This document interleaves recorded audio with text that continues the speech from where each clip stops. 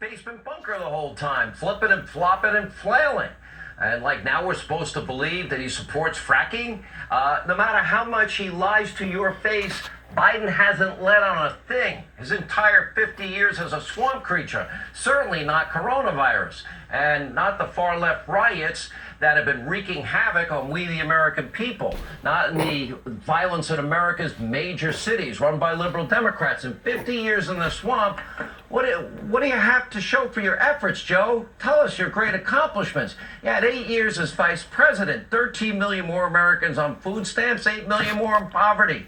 What did you do to stop violence in Obama's hometown of Chicago when you were the vice president and 4,000 homicides happened in your period under your watch? 20,000 people in Chicago alone shot.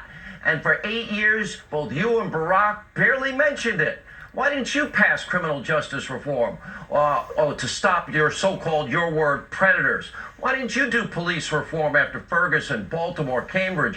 Why didn't you set record low unemployment for every demographic group in the country? You name it, they have it. Why didn't you broker a peace deal in the Middle East, Joe? Why did you give $150 billion to mullahs in Iran that got nothing in return? $150 billion, you got nothing, Joe. The answer to all of these questions is simple.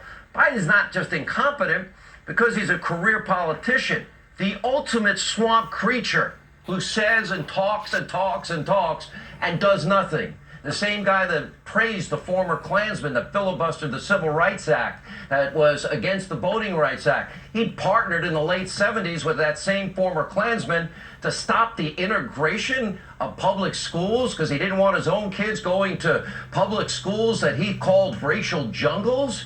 He said those words.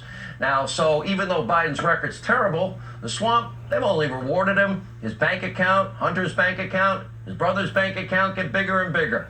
48 days, you get to decide. We'll get the government we deserve.